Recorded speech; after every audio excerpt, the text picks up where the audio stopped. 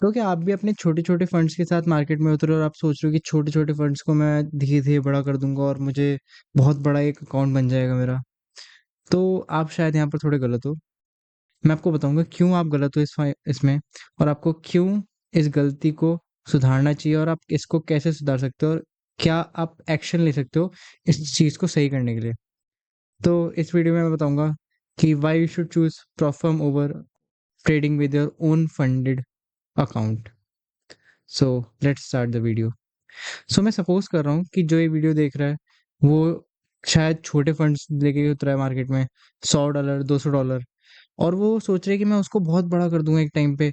लेकिन the harsh reality is ऐसा करना बहुत मुश्किल है unless and until you are very big and very profitable trader.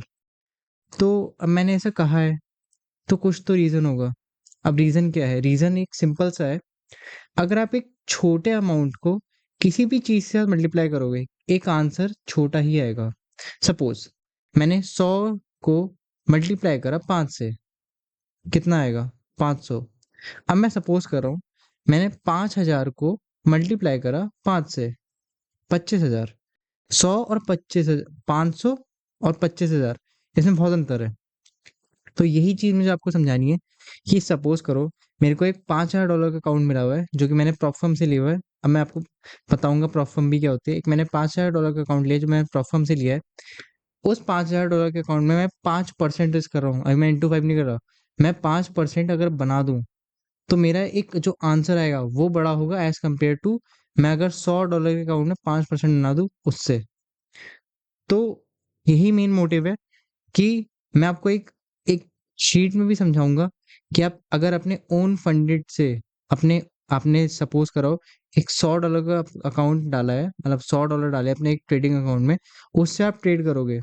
उससे आपको कितना टाइम लगेगा पैसा बनाने में और एक होगा आपका $5000 का अकाउंट, उससे आपको कितना टाइम लगेगा पैसा बनाने में। दोनों के मैंने जो परसेंटेज है वो एकदम सेम रखे हुए हैं, बस आपको देखना है कि कैसे कितना प्रॉफ़िट बन रहा है और दूसरे में फंडेड में कैसे कितना प्रॉफ़िट बन रहा है। तो उस शीट को दिखाने से पहले अगर मैं आपको थोड़े-थोड़े पॉइंट्स बताऊँ कि क्यों एक ओन फंडेड अकाउंट मतलब जो मैंने खुद फंड करा हुआ है अपने ट्रेडिंग अकाउंट को, उसमें ट्रेड करना क्यों मुश्किल है विथ स्मॉल बैलेंस। जो मेरा पहला ड्रॉबैक होगा, वो होगा lot size positioning. Lot size मतलब कि हो गया अब मेरे पे छोटा अमाउंट है, तो मैं उस हिसाब से रिस्क करूँगा और मेरा लॉट साइज़ छोटा होगा। जितना लॉट लॉट साइज़ छोटा होगा, उतना मेरा रिवॉर्ड भी कम आएगा। अगर मैं अपना रिस्क रिवॉर्ड भी सही करूँ 1:2 मैंने 100 का 1% लगा दिया। 100 का 1% कितना होता है? $1 मैंने $1 रिस्क करा है, उसका मैं 2% ही बना लूँ चलो, $2 बना बस, $3 बना लिए। क्या 3 $100 के अकाउंट में $3 और यही मैं अगर सपोज़ करूँ मेरे पे $5000 का अकाउंट है, उसका मैंने 1% रिस्क करा $50 और उसका मैंने 1:1 भी बना दिया। $50 बन गए, 1:2 बना दिया, $100 बन गए सीधा, 1:3 बना दिया, $150 बन गए। तो लॉट साइज़ पोज़ीशनिंग बहुत इम्पोर्टेंट होती है और छोटे अकाउंट में लॉट साइज़ पोज़ीशनिंग बहुत ही मुश्किल से होती है एज़ कम्पेयर टू अगर आप पे एक बड़ा अकाउंट है। एक दूसरा आपको मैं अगर पॉइंट बताऊँ कि आपके दिमाग में एक प्रेशर रहेगा, अगर आप अपने अकाउंट से खेलोगे ट्रेड को, तो आपके दिमाग में एक प्रेशर रहेगा कि मैं इसको हार ना जाऊँ, मैं हार जाऊँगा एकदम मेरी फंडिंग चली जाएगी। मेरे पे $100 हैं, $100 के अगर मेरी सपोज़ मेरी एक लूज़िंग स्ट्रीक बन गई, मैं $100 के लूज़िंग स्ट्रीक में कितना ही सस्टेन कर पाऊँगा मार्केट में। अगर मेरे पे $5000 है, उसमें मेरी लूज़िंग स्ट्रीक बन गई, सपोज़ मेरी लूज़िंग स्ट्रीक $100 का लॉस ले गई, तब भी मेरे पे $200 हैं, अगर मेरे पे 6% अपना ब्रीच करने पे अकाउंट है। तो इससे मेरा मतलब था कि अगर $100 का अकाउंट है उसको मैं कितना ही लॉस ले पाऊँगा, कितना ही लॉस मैं इसका स्टेबल कर पाऊँगा कि मेरा प्रॉफ़िट भी हो जाए एक टाइम बाद और 5000 अकाउंट का डॉलर है, तो उसमें मैं लॉस ले सकता हूँ। उसको मैं एक जब मेरी लीजिंग स्ट्रीक भी खत्म होगी, मैं उसको फिर प्रॉफ़िट में भी ला सकता हूँ। तो ये भी एक दूसरा फ़ायदा हो गया। अब मैं ज़्यादा फ़ायदे-वायदे नहीं गिनवाता हूँ, मैं सीधा शीट पे लाता हूँ कि कैसे आपको समझाऊँगा मैं कि एक छोटे अकाउंट को डबल करना मुश्किल है एज़ कम्पेयर टू एक बड़े अकाउंट को डबल करना with the same number of trades, with the same percentage of win and winning ratio वगैरह सब सेम होगा। आओ सीधा शीट पे देखते हैं। तो जैसे कि आप देख रहे हो, ये शीट है इसमें मैंने आपको नंबर ऑफ ट्रेड्स हैं ये हो गया, मेरे 10 ट्रेड है, टोटल नंबर ऑफ ट्रेड्स मैंने 10 लिए। और विनिंग मैंने परसेंटेज ली है इसकी, जो कि हो गई 70%। 70 माने मैंने 10 ट्रेड लिए तो 3 लॉस हो गए और बाकी 7 हो गए मेरे विन। मेरा बन गया 70% का विनिंग रेट। सिंपल मैथ्स है। और मेरा टोटल गेन जो इस अकाउंट में हुआ है वो हुआ है $9। $100 के ऊपर मैंने 9% बना दिया, तो मेरा $9 ही बनेगा। मैंने रिस्क करा है 1% सारे ट्रेड्स में, और ये हो गया मेरा विन लॉस। अब मैं आपको एक एक करके समझाता हूँ। पहले मैंने $1 बनाया तो मेरा बन गया $101। फिर मेरा दिन अच्छा था, मैंने $3 बनाया, फिर मेरा हो गया $104। मेरा दिन एक दिन खराब हुआ, मैंने 1% इसलिए रिस्क करा है कि मेरा रिस्क कम हो और रिवॉर्ड ज़्यादा हो। $1 मैंने गवा दिया। फिर $1 मैंने बना दिया जो मैंने पिछले दिन गवाया था। $1 फिर गवा दिया। फिर 1:2 मिल गया मुझे, $2 मैंने बना दिए। एक बना दिए, 3 फिर से बना दिए, फिर एक को मैंने घटा दिया और एक को मैंने फिर लास्ट में बना दिया। मेरा ओवरऑल जो $100 का अकाउंट था वो अब स्टैंड कर रहा है $109 पे। अब मैंने इसमें आप 2 चीज़ देखो। पहली चीज़, मैंने 1% का रिस्क लिया है।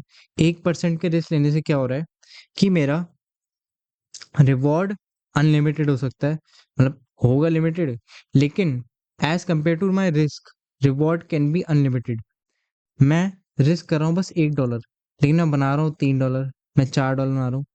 अब ये आपने देख लिया $100 के ट्रेड में, मतलब $100 के अकाउंट में। अब मैं आपको लेके चलता हूँ, अगर मैंने एक फंडेड अकाउंट लिया है, same number of trades, same winning ratio, ये जो विनिंग परसेंट है ये भी सेम है, और मेरा एकदम मैंने सेम रखा है कि मेरा लॉस कितने दिन बाद हुआ था, प्रॉफिट कितने दिन बाद, जो कि आप इधर से कंपेयर भी कर सकते हो। तो अब मैं फंडेड पे आता हूँ कि एक मैंने $5,000 का अकाउंट लिया है। अब वो $5,000 का अकाउंट, अब आप बोलोगे कि मैंने $5,000 का अकाउंट कैसे ले लिया? $5,000 का अकाउंट लिया है मैंने। सपोज मैं गया फंडिंग पिप्स पे, वहां मुझे $36 का एक अकाउंट मिल रहा है $5,000 का, जो कि है 2 स्टेप। तो फिर उसमें मैंने $36 के 2 अकाउंट भी ले लिए। कितना बना? $72। $72 के मैंने 2 अकाउंट ले लिए $5,000 के। मेरे पे टोटल $10,000 हैं। भले वो डेमो है, लेकिन आपको पास करके रियल अकाउंट भी मिल सकता है। अब क्या कैच क्या है इसमें? मैंने एक अकाउंट बनाया था $100 का, और मैंने एक दूसरा अकाउंट बनाया है, जो कि मैंने $36 का एक अकाउंट लिया है, $36 का दूसरा अकाउंट लिया है। तो $100 के अंदर अंदर मैंने 2 अकाउंट ले लिए, और यहाँ पर $100 का मेरा एक अकाउंट था। एक चीज मेरी यहाँ कैच हो गई है कि अगर मैं बाय चांस जो मैंने $100 के 2 अकाउंट लिए उसमें से एक अकाउंट मेरा ब्रीच भी हो गया, मेरा बिल्कुल ही लूजिंग स्ट्रीक इतनी बेकार रही, मेरा पूरा अकाउंट ही पूरा ब्रीच हो गया एक, तब भी मेरे पे दूसरा अकाउंट है $5,000 का, और सेम मैं लेके चलता हूँ $100 के अकाउंट में। $100 के अकाउंट में मैं ट्रेड लूंगा उसको, कैसे मैं पोजीशन साइजिंग करूंगा, कैसे मैं उसका रिस्क और रिवॉर्ड सही करूंगा। तो ये भी एक चीज है। अब मैं पहले शीट पे आता हूँ, समझाता हूँ आपको। एवरेज विन इसका 85.71 है, उसका था 1.71, ये एवरेज विन डॉलर में है। तो एवरेज लॉस मैंने लिया है 50, मतलब हर मैंने ट्रेड पे $50 का लॉस लिया, जो कि है मेरे $5,000 का 1%। विनिंग वही 70%, मतलब कि मैंने 10 ट्रेड लिए तो मेरे 3 लूज थे और मेरे 7 थे विनिंग वाले। फिर टोटल गेन $450। 5,000 का 9% हो गया $450। 100 का 9% हुआ था $9। यहाँ एक और कैच है कि आप पे बड़ा अकाउंट है तो आप पे रिवॉर्ड ज़्यादा है। रिवॉर्ड ज़्यादा है, प्रॉफर्म ले लिया आपने, रिवॉर्ड ज़्यादा है। मैंने पास भी कर ली प्रॉफर्म। मुझे मैं समझता हूँ कि मैंने $450, जो कि है, मुझे 6% ही बनाना है, अगर अकाउंट का 8% बनाना है, $400 मैंने बना दिया। मतलब मैंने 5,000 अकाउंट डॉलर के अकाउंट में 400 प्रॉफिट कर दिया। मैं कहता हूँ कि 10% कंपनी रख लेगी, चलो मैं मानता हूँ 50% कंपनी रख लिया, तब भी मेरे पे $200 तो आएंगे। $200 मतलब मैंने कितना बनाया और कितना ज़्यादा आया। तो जितना बड़ा अकाउंट होगा उतना ज़्यादा बनेगा, ये आपको अपने दिमाग में बैठाना है। तो इसमें मैंने पहले $50 बनाए, फिर मेरा 150, फिर मैंने गवा दिए।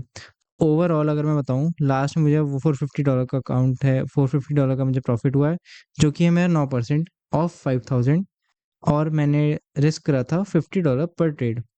और ये तो चलो पेयर वेयर तो मैंने ऐसे ही करा था। टोटल गेन दोनों में 9% था। तो इस वीडियो में आपको ये बताना था मुझे कि कैसे आप एक छोटे अकाउंट को बहुत मुश्किल से बढ़ा सकते हो एज़ कम्पेयर टू कैसे आप एक बड़े अकाउंट को बहुत आसानी से बढ़ा सकते हो और आपको रिवॉर्ड भी ज़्यादा मिलेगा। अगर आप एक प्रोफ़र्म लोगे और अगर आप एक सिंपल अपने अकाउंट बनाओगे, तो उसमें कितना ज़्यादा आपको हेक्टिक रहेगा ये सब। तो यही था वीडियो में। मुझे वीडियो में बस ये समझाना था कि एक छोटे अकाउंट से ट्रेड करने से अच्छा एक बड़े अकाउंट से ट्रेड करो। उस बड़े अकाउंट में अब मुझे पे 2 एडवांटेज हैं कि एक तो मैं माइंड फ्रेश रहेगा कि मतलब प्रेशर नहीं रहेगा। दूसरा, मैं अगर $100 का अकाउंट बना रहा हूँ अपना, उससे अच्छा मैं उन $100 के अंदर-अंदर 2 $36 के मैं अकाउंट ले लूँ।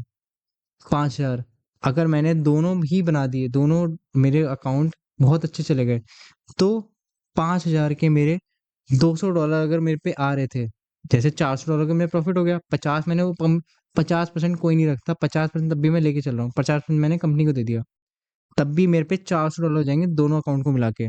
और कहाँ वो मैं $100 को $9 ही बना पा रहा था।